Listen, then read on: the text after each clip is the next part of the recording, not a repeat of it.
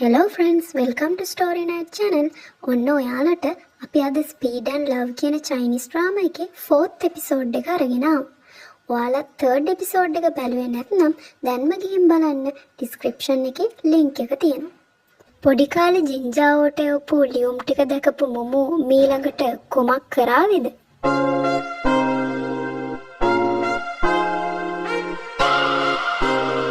ජින්ජාවට garage එකක් තියෙන නිසා ඔහු එතන තමයි ගොඩක් වෙලාවට ඉන්නේ.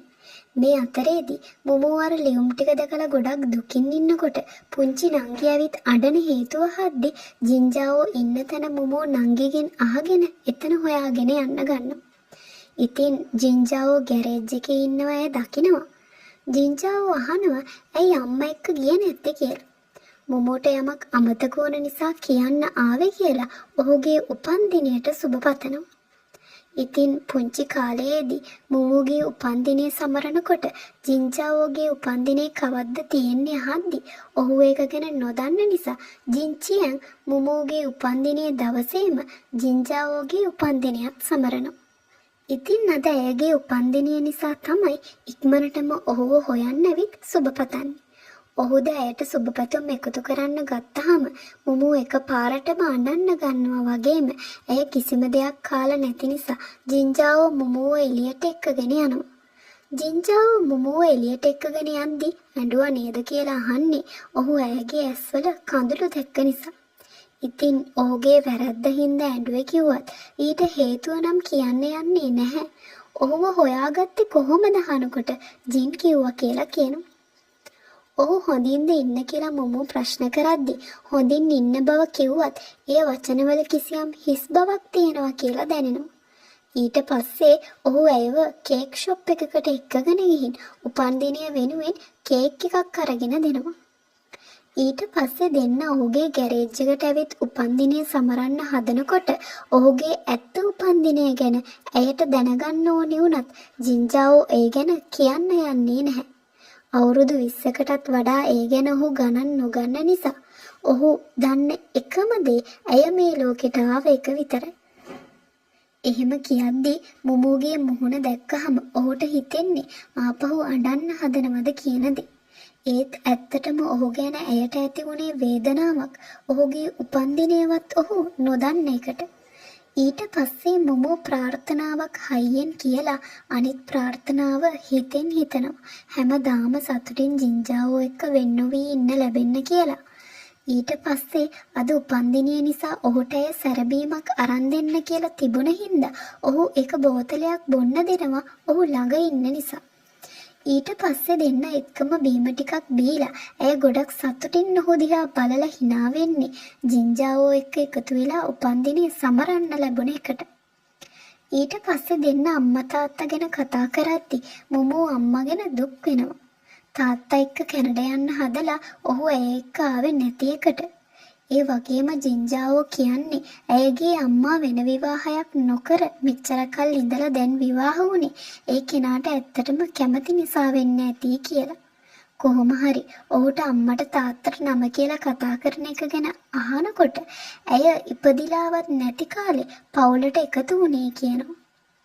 ඉතින් ඒ කාලෙම ජින්ජාවෝ අම්මා තාත්තා එයාගේ ඇත්ත දෙමව්පියන් නෙවෙයි කියලා දැනගෙන තියෙන බව ඇයට තේරුම් යනවා. එතකොට එක පාරට ජින්ජාවෝ මොමෝගෙන් අහන්නේ ඔහු සහෝදරයා නෙමෙයි කියලා දැනගත්තේ කොහොමද කියලා. එතකොට හිතුනේ මොනවද හද්දි ඇයි ඔහු දිහා බලාගෙන ඉඳලා ඒ කතාව මග ඇරලා එයාට චීනී ඇති ගෙදර නැති වෙන එක ගැන කියවන්න ගන්නවා. අම්මවත් තාත්තවත් එයා ගැන ගණන් ගන්නේ නෑ වගේම අයියත් එයාට ආදරය නෑ කියලා කියනවා. ඉතින් ජින්ජාවෝ hina වෙමින් ඇය වෙනුවෙන් මොනවද කරන්න ඕනේ අහනවා. එතකොට මොමෝ කිසි දෙයක් කියන්නේ නැතුව ඉන්න ගන්නවා. කොහොම හරි ඔහු ඇයව ගෙදරට අරගෙන යන්න හැදුවත් ඇයට නම් යන්න ඕනේ වෙන්නේ නැහැ. ඔහු එක්ක නතර වෙන්න ඕනේ කියනවා. ඉතින් ඇයට ගෙදර යතුරු පවා අමතක වුණා කියද්දි ඔහු ළඟ ඇති යතුරු පෙන්නුවම වැස්ස වහින නිසා යන්න බෑ කියනවා. ඒත් කාර් එකෙන් ගිහින් දාන්නම් කිව්වහම මොමෝ වැහැලා ඉවර වෙනකන් ඉන්න බැරිද අහනවා.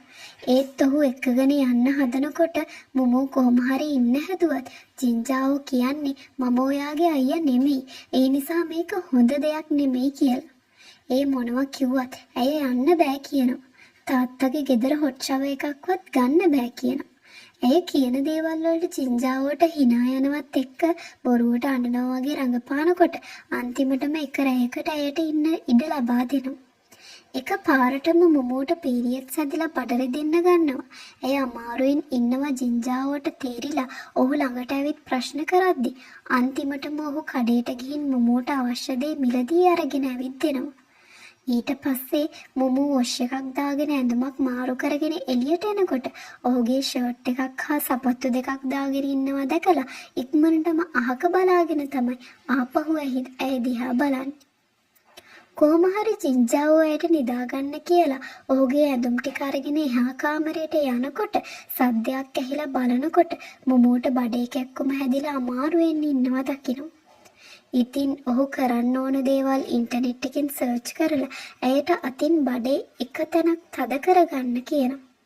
ඒත් මේ වෙලාවේ ඇයට ඒ දේවල් කරන්න තරම් සිහියක් නැති නිසා ඔහුගේ අත බඩ ළඟින් තියලා ඇයට සනීපයක් දැනෙනවද කියලා අහනවා. ඔහු අත ඉවත් කරන්න හැදුවත් මොමෝ ඊට ඉඩ දෙන්නේ නැහැ.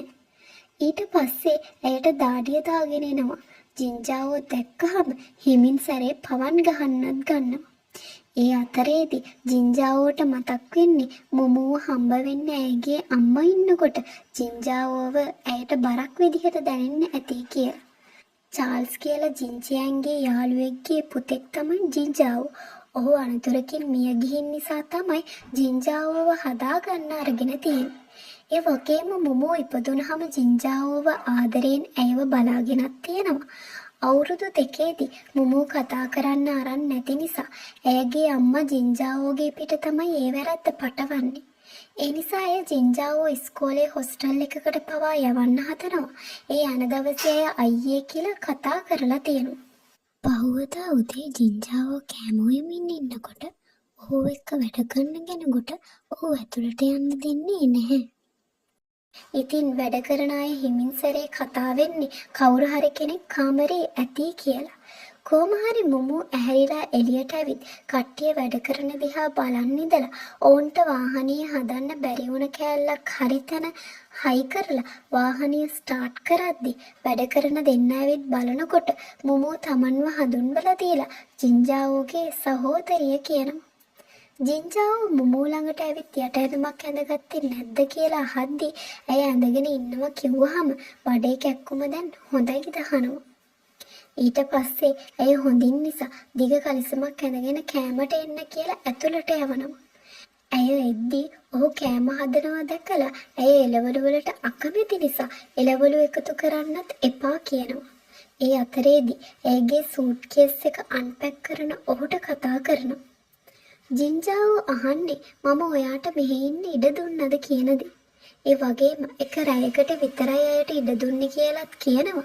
ඒත් ඇය හරියට නිදාගත්තේ නෑ කියද්දි අර ගෝලියෝ දෙන්න මේ දිහා බලන්නේ ඉන්නේ අන්තිමටම බොස් ආදරයක් හොයාගෙන නේද කියලා. ඉතින් ඇයට එක රැයකට ඉන්න බැරිද කියන ප්‍රශ්නේ ඇය අහද්දි ඔහු කිසිම දෙයක් නොකිය ඇයට ලන් වෙලා ඇය ඉන්න තැන ඇති භාජනය අරගෙන අන්තිමටම කොහොමත්ම නෑ කියලා උත්තර දෙනවා. ඊට පස්සේ ඔහු හදපු කෑම ටික කන්න කියනවා. කැරට් ටික අයින් කරන්නේ නැතුව. එතකොට ඇය කියන්නේ ඔයා මගේ අයියා නෙමෙයි මාව පාලනය කරන්න කියලා. ඉතින් මොමෝ කැරට් අයින් කරලා අමාරුවෙන් කනවා ජින්ජාව දැක්කහම ඔහුට පුංචි හිනාවක් එනවා.